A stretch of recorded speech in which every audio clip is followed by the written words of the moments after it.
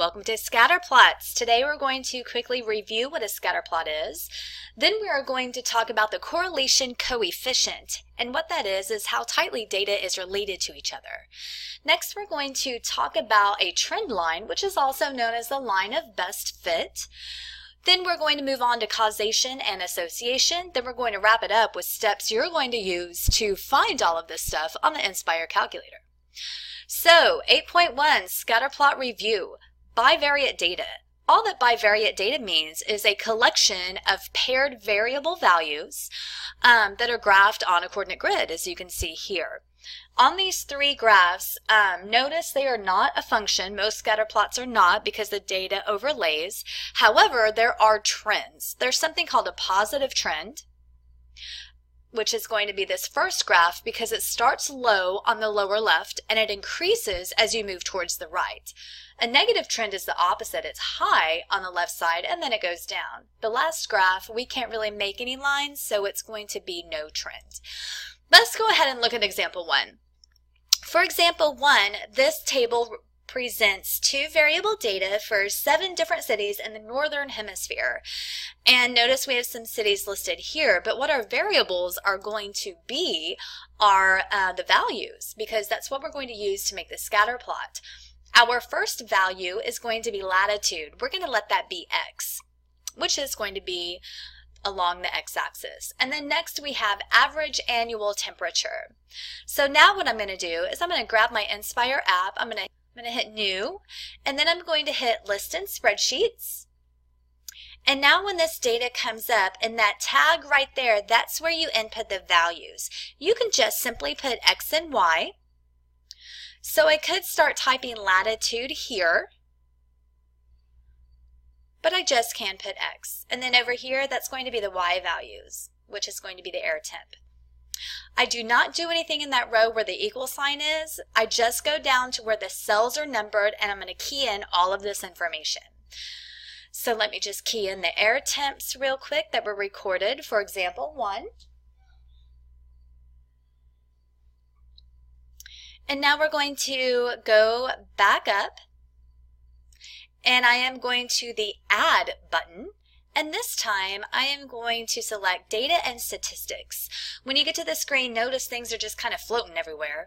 What we need to do is we need to designate the Y and the X axis. So what we're going to do is we're just going to tap. That's going to be the Y axis. Notice there's some shifting. Down here is the X axis. And as you can see, if I zoom out a little bit, those trends, for example 1, that's a negative trend. It's negative trend. It's a little loose. It's not tight together. It doesn't have a strong correlation. We'll talk about that later, but it is definitely a negative trend.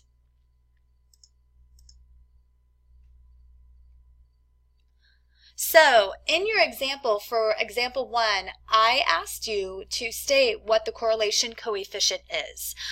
Let's go ahead and talk about what a correlation coefficient is, and then you can go back and answer number 1. Correlation coefficient. What that is that represents just a number that indicates how tight the data forms a line. So as you can see right here, this is a pretty strong negative correlation, just like a negative trend.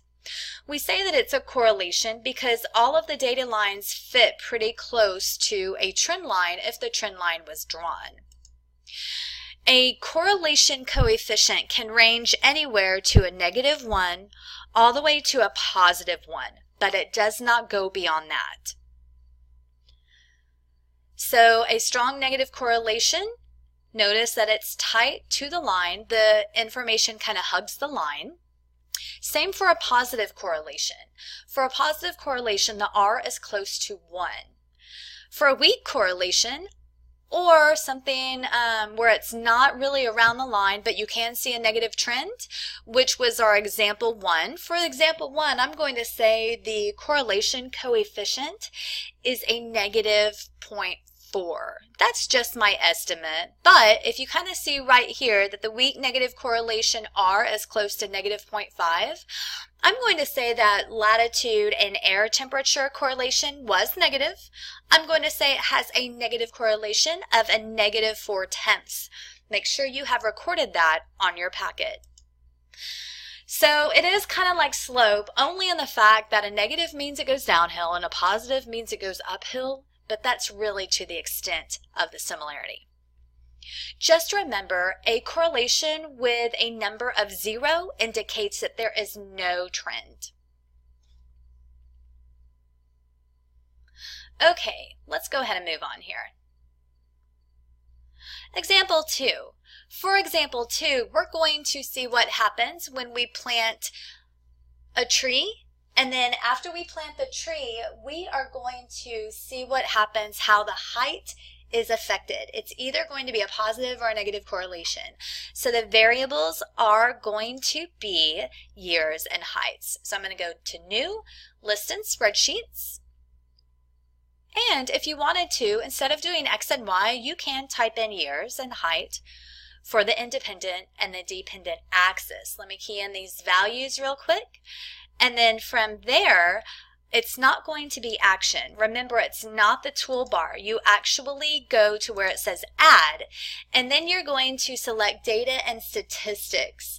However, for the sake of time, I'm not going to do this part. So for example 2, where it asks for the positive or negative correlation and the estimate, you are going to say, Ms. Harrington, cut that out. That way I'll know you're watching the video. Good job. Good for you. All right, let's kind of move on here. What I wanted to talk about was the line of best fit. So back in the first 6 weeks, when we first did scatter plots, I asked you to find 2 points on a line, connect them with a ruler, and then you would actually find the line using slope-intercept form. However, what we're going to do now is we're going to use the calculator to find that line, and that is called linear regression. And the Inspire app is going to do that for us. So, also remember, the closer the correlation coefficient is to 1 or negative 1, the more closely the equation models the data. But remember that the correlation coefficient only goes from negative 1 to positive 1. And if it's 0, that is no correlation. It's pretty important. Okay, let's go ahead and look at example 3. For example 3, we are looking at the table shows the amount of money made by movies in the United States. Using a graphing calculator to write an equation for the best fit line for the data, find and interpret the correlation coefficient. And the 2 sets of variables, or the bivariate data that we have, are years and revenue. And notice that revenue is in billions.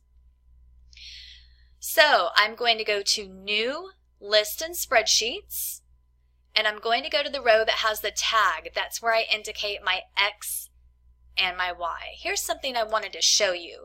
If you do a long press on the X key, more soft keys will pop up and you could input the Y right there. You do not have to go to the ABC mode of the calculator. It's all right there for you.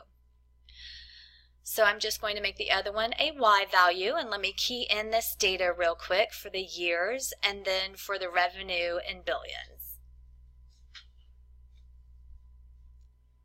Okay, moving on. Remember, I go to Add.